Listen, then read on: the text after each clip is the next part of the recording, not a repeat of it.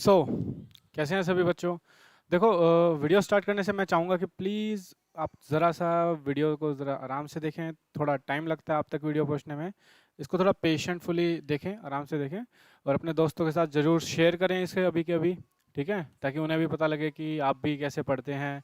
ज़रूर वीडियो को लाइक करें, कमेंट करें। ठीक है। और आज हम पढ़ने जा रहे हैं जो पिछले साल पुराने टाइम में पहले आ चुके लाइफ प्रोसेस चैप्टर के जो इम्पोर्टेंट क्वेश्चन है।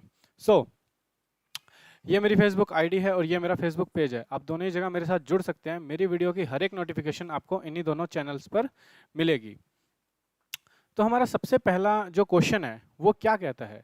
हमारा सबसे पहला क्वेश्चन ये कहता है कि देखो, जो ग्रीन डॉट्स हैं, जब माइक्रोस्कोप से आप देखते हो किसी भी लीफ को, तो ग्रीन डॉट्स जो दिखते हैं वो किस चीज़ के होते हैं?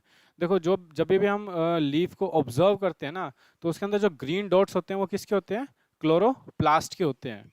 ओके, मेनली वो इसी चीज़ के होते हैं। और क्योंकि वो काफ़ी शाइनी कलर होता है उसके अंदर, हम इसलिए होते हैं वो। तो नेक्स्ट क्वेश्चन क्या कहता है? देखो, एक एक्सपेरिमेंट करवाया जाता है जिसमें कि भाई ये देखने के लिए कि भाई लाइट कितनी ज़रूरी है फोटोसिंथेसिस के लिए। तो उसमें हम क्या करते हैं कि एक लीफ लेते हैं, ठीक है, जैसे कि ये लीफ है, उसके एक पोर्शन को हम ढक देते हैं। तो जो सपोज करो ये पोर्शन हमने ढक दिया, तो इस पोर्शन में आप देखोगे ये कलर इसका फेड हो जाएगा।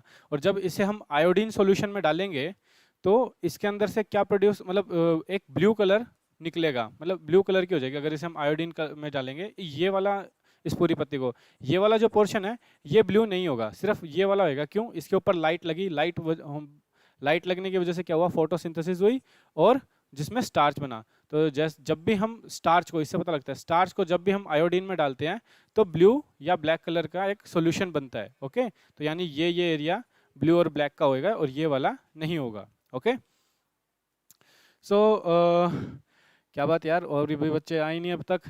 प्लीज़ यार आ जाओ। ओके, अगला क्वेश्चन क्या कहता है कि देखो, mention how organism like bread mould. Bread mould मतलब जो कई बार आप ब्रेड को यूं ही रखते हो तो उसके ऊपर वो खमीर उग जाता है ना, फंगस, वो और जो मशरूम है वो अपना खाना कैसे लेते हैं?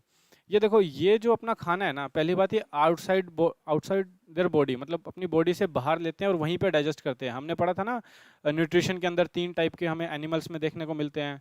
ठीक है, जो ऑटोट्रॉफिक से उल्टे होते हैं। ठीक है, एक तो होलोजोइक, ठीक है, एक सेप्रोफेटिक और एक पैरासिटिक। तो ये आते हैं सेप्रोफेटिक में। सेप्रोफेटिक किसके ऊपर जिंदा रहते हैं? डेड और decay of the plant and animal, इनके ऊपर ये जिंदा रहते हैं। ठीक है, तो जैसे ब्रेड खराब होगी, पुरानी होगी, तो उसके ऊपर फंगस लग जाती है ना, खमीर लग जाती है, यीस्ट लग जाती है, तो वो चीज़ है ये। ठीक है, और मशरूम भी वहीं उगता है, जैसे थोड़ा मॉइस्ट दलदली जहाँ पे पत्ते वगैरह पड़े रहते हैं वहीं उगता है मशरूम भी। तो ये अपना खाना भी कहाँ ब्रेक डाउन करते हैं? बॉडी के बाहर। ठीक है, सिर्फ होलोजोइक है जो अपनी बॉडी के अंदर लेके जाता है खाने को और वहाँ ब्रेक डाउन करता है। ओके, सो अगला क्या कह रहा है कि अगर सपोज करो कि प्लांट में से हम जाइलम को ही रिमूव कर दें तो क्या होगा? देखो, जाइलम का काम क्या है? जाइलम हमारा एक ऐसा टिश्यू है जो वाटर प्लस मिनरल्स को कंडक्ट करता है, यानी रूट से अपर पार्ट में लेके जाता है, अपर पार्ट में अपवर्ड डायरेक्शन में लेके जाता है। अगर ये नहीं होगा तो क्या होगा कि पानी नहीं पहुंच पाएगा, मिनरल्स भी नहीं पहुंच पाएंगे, जिसकी वजह से क्या होगा कि धीरे धीरे प्लांट जो है वो मर जाएगा, सूख जाएगा, खत्म हो जाएगा। ओके, सो मैं चाहूंगा इसका आंसर आप जरूर दें। ठीक है, कमेंट सेक्शन में मैं कमेंट देख रहा हूँ साथ के साथ। मैं चाहता हूँ कि आप इसका आंसर देखिए। देखो, हमारा जो फैट है, फैट कहाँ डाइजेस्ट होता है? जैसे कि हमें पता है कि स्टार्च जो है वो सबसे पहले कहाँ डाइजेस्ट होती है? माउथ में ही होती है, सलाइवा के थ्रू। वो किस में बदलती है? ग्लूकोज में बदलती है। ठीक है, प्रोटीन हमें पता है कहाँ डाइजेस्ट होता है सबसे पहले। तो मैं चाहता हूँ कि आप कमेंट सेक्शन में ज़रूर बताएं। देख रहा हूँ मैं, अभी तक कमेंट इतने आए नहीं है। प्लीज़ कमेंट कर दो यार, वीडियो को लाइक कर दो, तुम्हारे सर इतनी मेहनत करते हैं तुम्हारे लिए, ये इतना तो कर ही सकते हो तुम। ओके, सो आपके हाँ, तो फैट सबसे पहले कहाँ डाइजेस्ट होता है? मैं देख रहा हूँ, चलो मैं बता देता हूँ। फैट आपका जो डाइजेस्ट होता है वहाँ, वो कहाँ होता है? देखो, स्टमक में तो आपका प्रोटीन डाइजेस्ट हो रहा था, वो किस में तब्दील हो रहा था? अमीनो एसिड्स में तब्दील हो रहा था। ठीक है, जो स्टमक के बाद ठीक है, आपको अगर याद हो तो इधर लीवर होता है ऐसे ट्रायंगुलर शेप में, इधर पेनक्रियाज होती है। तो स्टमक से निकल के कहाँ जा रहा था खाना? स्मॉल इंटेस्टाइन में जा रहा था। ठीक है, एक सेकेंड, स्मॉल इंटेस्टाइन में जा रहा था खाना, स्मॉल इंटेस्टाइन में। वहां पे क्या हो रहा था? वहां पे फैट का ब्रेकडाउन शुरू हो रहा था। किसकी वजह से? लीवर के अंदर से जो बाइल जूस निकला है, ठीक है, bile salt, sorry not bile जूल्स, बाइल सॉल्ट निकला है, और जो हमारे पेनक्रियास से लाइपस निकला है। ये देखो, ये निकले तो लीवर और पेनक्रियास से है, लेकिन ये मिलते कहाँ पे? ये दोनों मिलते कहाँ पे है? ये मिलते हैं स्मॉल इंटेस्टाइन में। तो इसका आंसर क्या हुआ? स्मॉल इंटेस्टाइन में, मैं यहाँ से मिटा देता हूँ, स्मॉल इंटेस्टाइन में ही हमारा जो फैट है उसका डाइजेशन शुरू होता है, उससे पहले नहीं होता है। ओके, सो आगे चलते हैं। जो हमारे एंजाइम्स हैं, एक second, what are enzymes and name any enzyme of digestive system, write this function। देखो एंजाइम क्या होते हैं? एंजाइम होते हैं बायोकेमिकल बायोलॉजिकल कैटलिस्ट। अब ये कैटलिस्ट क्या होता है? देखो जो कैटलिस्ट होता है ना, वो हाँ एक ऐसा सब्सटेंस होता है या ऐसा कंपाउंड होता है जो हमारी रिएक्शन को, ठीक है, उसे स्पीड अप कर देता है, उसकी स्पीड बहुत ज़्यादा बढ़ा देता है। ओके, जैसे कि अगर सपोज करो, जैसे कार्बन डाइऑक्साइड और वाटर को जब हम मिक्स करते हैं, ठीक है, फोटोसिंथेसिस हो रही होती है, तभी बनता है ना C6H12O6। देखो ये तो हमारे एटमॉस्फेयर में भी है। ऐसा क्या है जो इसको ग्लूकोज में तब्दील करा रहा है? वो है क्लोरोफिल। ठीक है, क्लोरोफिल अगर ना हो तो ये इसमें कन्वर्ट नहीं होगा, और क्लोरोफिल को क्या चाहिए? सनलाइट। तो एक होता है कैटलिस्ट, एक होता है मॉडरेटर। आपको इस चैप्टर में, इस चैप्टर क्या पूरी केमिस्ट्री में सिर्फ कैटलिस्ट पढ़ना है। कैटलिस्ट का काम क्या है? जो स्पीड ऑफ रिएक्शन है उसे बूस्ट अप कर दे, एकदम बढ़ा दे। ठीक है, अगर ये ना होगा, ये नहीं होगा, तो आपको ग्लूकोज भी नहीं मिलेगा। सो कैटलिस्ट क्या होते हैं, सॉरी एंजाइम्स क्या होते हैं? एंजाइम होते हैं बायोलॉजिकल, जो हमारी बॉडी में मिलते हैं, ठीक है, जो लिविंग ऑर्गेनिजम्स की बॉडी में मिलते हैं, वो ऐसे कैटलिस्ट होते हैं। मेनली ये प्रोटीन की फॉर्म में होते हैं, और इनका काम क्या होता है? रेट ऑफ केमिकल रिएक्शन को बढ़ा देना। अब जैसे कि हमारा अमाइलस है, अमाइलस एक ऐसा कैटलिस्ट है जो स्टार्च को ब्रेक डाउन करता है, किसमें? शुगर मॉलिक्यूल्स में। तो अगर ये नहीं होता तो ये प्रोसेस करने में हमें बहुत ज़्यादा मेहनत लगती और काफ़ी टाइम भी लगता। ओके, सो अब अगला क्वेश्चन है, ये तो आया भी हुआ, आई थिंक लास्ट ईयर में मैंने इसको देखा था लास्ट टाइम, मुझे याद है। तो हर्बीवोर्स जो होते हैं, इनकी जो स्मॉल इंटेस्टाइन होती है वो कार्निवोर्स से ज़्यादा बड़ी क्यों होती है? देखो हर्बीवोर्स वो कौन होते हैं? हर्बीवोर्स वो होते हैं जो ग्रास को, घास वगैरह को, इनको प्लांट्स को खा के जिंदा रहते हैं। जैसे हमारा एग्जाम्पल हो गया डियर का हो गया, ठीक है, इन ये सब चीज़ें होगी, और बफेलो टाइप हो गई, ये बफेलोज हो गई। तो इनकी जो इंटेस्टाइन होती है, स्मॉल इंटेस्टाइन होती है, वो बड़ी की होती है कार्निवोर्स के मुकाबले। देखो हमारे प्लांट्स में सबसे ज़्यादा स्ट्रॉन्ग पार्ट क्या होता है? सबसे हार्ड या स्ट्रॉन्ग पार्ट पूछा जाए तो वो होता है सेलुलोज। एक सेकेंड, सेलुलोज, ठीक है, ये बहुत ही ज़्यादा हार्ड होता है और इसको डाइजेस्ट करने में काफ़ी टाइम लगता है। ठीक है, तो इसलिए हमें हमारी जो कार्निवोर्स होते हैं उनकी जो इंटेस्टाइन होती है वो हर्बीवोर्स की जो इंटेस्टाइन होती है कार्निवोर्स से ज़्यादा बड़ी होती है। ठीक है, और अब अगर आपसे पूछ लिया जाए कि सेलुलोज को पचाने के लिए कौन सा एंजाइम चाहिए होता है, तो वो है सेलुलेज। ओके, तो ये था इसका आंसर। आगे चलते हैं। देखो स्टोमेटा की ओपनिंग और क्लोजिंग कैसे होती है? तो आप ये जो साइड में अगर पिक्चर देख पा रहे हैं, तो ये किस चीज़ की है? ये एक स्टोमेटा की है। अब स्टोमेटा ओपन कैसे होता है? जब इसके ये दो गार्ड सेल जो आप देख रहे हो ना, गार्ड सेल, इनके अंदर पानी भर जाता है। जब पानी का फ्लो इनके अंदर होता है, ये फुल भर जाते हैं ना, तो ऐसे ये ओपन हो जाता है, ये कैविटी खुल जाती है, जिसके थ्रू यहाँ से क्या हो रहा होता है?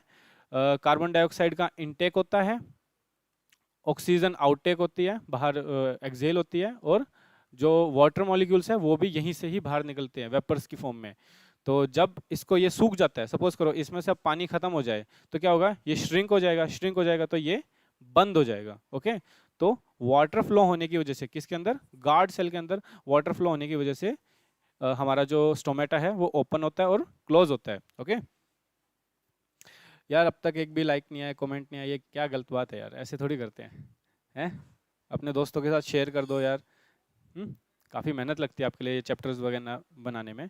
तो describe in brief the function of kidney, ureter and urinary bladder और यूरेथ्रा। तो इस डायग्राम में आप देख सकते हो किडनी तो हमारा ये ऐसे जो एक टाइप से ये शेप हो गई, किडनी की शेप हो गई, ये किडनी हो गई। उसके बाद है यूरेटर। यूरेटर क्या करता है, किडनी से सारा का सारा जो यूरिन है उसको लेके जाता है कहाँ पे, यूरिनरी ब्लैडर में। और यूरिनरी ब्लैडर से जब काफ़ी ये फुल भर जाता है, इसके अंदर एक पर्टिकुलर प्रेशर क्रिएट हो जाता है, तो वो यूरेथ्रा से बाहर निकल जाता है। तो यही है, देखो किडनी जो है वो एक फिल्टरिंग यूनिट है। इसका काम क्या है कि ब्लड को फिल्टर करना और उसमें से यूरिन बाहर निकाल लेना। उस यूरिन को कहाँ से कौन लेके जाता है, यूरेटर लेके जाता है। कहाँ पे, यूरिनरी ब्लैडर में। और यूरिनरी ब्लैडर उसे होल्ड करके रखती है जब तक एक पर्टिकुलर प्रेशर क्रिएट नहीं होता है। जैसे ही वो प्रेशर क्रिएट हो जाता है तो यूरिथ्रा से आप इसे बाहर निकाल देते हैं। ओके, देख सकते हैं आप बोर्ड में कितने आसान आसान क्वेश्चन आते हैं। तो बोर्ड ज़्यादा मुश्किल नहीं होते, आप डरो मत। Okay okay, draw and label. देखो स्टोमेटा के आपको बारे में बताना है, उसके डायग्राम बनाना है। तो देखो ये हमने बना दिया। उसके फंक्शन क्या है, ठीक है, रॉ मटेरियल क्या क्या चाहिए होता है फोटोसिंथेसिस में, और केमिकल इक्वेशन क्या है फोटोसिंथेसिस की। देखो ये क्वेश्चन आप देखा जाए ना बहुत सिंपल है। आप इतना बड़ा क्वेश्चन देख के कभी हवा मत बनाओ कि ये क्या आ गया, आप आराम आराम से इसे सोल्व कर सकते हैं। ओके, जैसे सबसे पहला आपने डायग्राम बनाना हो, क्वेश्चन को लाइन बाय लाइन सोल्व करो। तो स्टोमेटा का आपने डायग्राम बना लिया, ठीक है, उसमें कुछ नहीं, 2 गार्ड सेल बनाने हैं, बीच में वैक्यूल बनाना है, ठीक है, काफ़ी सारे ये जो आप ग्रीन ग्रीन देख रहे हो ये है क्लोरोप्लास्ट्स हैं, ठीक है, बीच में एक न्यूक्लियस बनाना है, बस हो गया। अब इनका मेन काम का होता है, इनका काम होता है कि ये गैसेस को एक्सचेंज करते हैं। गैसेस जैसे कि कार्बन डाइऑक्साइड और ऑक्सीजन को ये एक्सचेंज करते हैं। और जब इसको हमारे प्लांट को वाटर और मिनरल्स को लूज करना होता है तो ये इसके थ्रू करते हैं। देखो यहाँ से क्या निकलता है, यहाँ से हमारा वाटर भी तो निकलता है, ये हो गया। अब रॉ मटेरियल क्या क्या चाहिए हमें फोटोसिंथेसिस के लिए। तो रॉ मटेरियल वो बेसिक चीज़ें जिनकी वजह से हमारा जो फोटोसिंथेसिस का प्रोसेस होगा। तो वो बेसिक चीज़ें क्या है, कार्बन डाइऑक्साइड, प्लस में वाटर है, प्लस में क्या है, सनलाइट। अगर सनलाइट भी नहीं होगी तो हमारा फोटोसिंथेसिस प्रोसेस भी नहीं होगा, ठीक है। क्लोरोफिल तो इसी के अंदर आपको मिल जाएगी। तो ये हमारे 3 रॉ मटेरियल हो गए, ठीक है, कार्बन डाइऑक्साइड, वाटर, सनलाइट। तो इन दोनों के मिलने से जब ये क्लोरोप्लास्ट के अंदर मिलते हैं तो क्या बनता है, C6H12O6 यानी ग्लूकोज, प्लस में एज अ बाय प्रोडक्ट क्या निकलता है, हमारा ऑक्सीजन, जो हमारे लिए काम का है, जो कहाँ से निकल रहा होता है, इस कैविटी से, ठीक है, स्टोमेटा की कैविटी से। ओके, आई थिंक ये लास्ट क्वेश्चन है। अब देखो कई बच्चे ब्रीदिंग और रेस्पिरेशन में थोड़ा डिफ्रेंशिएट नहीं कर पाते। देखो रेस्पिरेशन के अंदर 2 प्रोसेसेस होते हैं, गैसेस का एक्सचेंज होना, ठीक है, प्लस जो हमारा खाना है उससे एनर्जी ऑब्टेन करना, ठीक है, ये 2 प्रोसेस होते हैं। ब्रीदिंग में क्या होता है, ब्रीदिंग में कुछ नहीं, हम ऑक्सीजन को लेते हैं और कार्बन डाइऑक्साइड को एज अ बाहर निकालते हैं। अब जब हम बहुत ज़्यादा एक्सरसाइज करते हैं तो हमारी ब्रीदिंग का रेट क्यों बढ़ जाता है, क्योंकि क्या है ना, हमारी बॉडी को बहुत ज़्यादा एनर्जी चाहिए। अब वो एनर्जी देखो हमारी बॉडी में ग्लूकोज तो काफ़ी मिल जाएगा, ठीक है, हमने खाना खा रखा है, ग्लूकोज मिल जाएगा, लेकिन अब हमें क्या चाहिए, ग्लूकोज को तोड़ने के लिए हमें चाहिए ऑक्सीजन। तो ऑक्सीजन कैसे मिलेगी, जब हम ब्रीदिंग का रेट बढ़ा देंगे। और ब्रीदिंग का रेट क्या हम अपनी मर्जी से बढ़ा सकते हैं, नहीं, ये एक इनवॉलेंट्री एक्शन है, यानी इसे कौन बढ़ाएगा, ब्रेन बढ़ाएगा, ठीक है, ब्रेन बढ़ाएगा। तो ब्रेन बढ़ाएगा तब जाके हमारी ब्रीदिंग बढ़ेगी। और हमें कितनी ब्रीदिंग चाहिए होती है, वैसे ये नंबर आपके लिए इतना इंपॉर्टेंट नहीं है, लेकिन हम उस वक्त 1 मिनट में इससे ज़्यादा, बल्कि लगभग 25 से तो ज़्यादा ही हम ब्रीदिंग ले रहे होते हैं। मतलब सांस अंदर लेना और छोड़ने को एक पूरी ब्रीदिंग साइकिल कहते हैं, ठीक है। तो ये था हमारा इसका आंसर।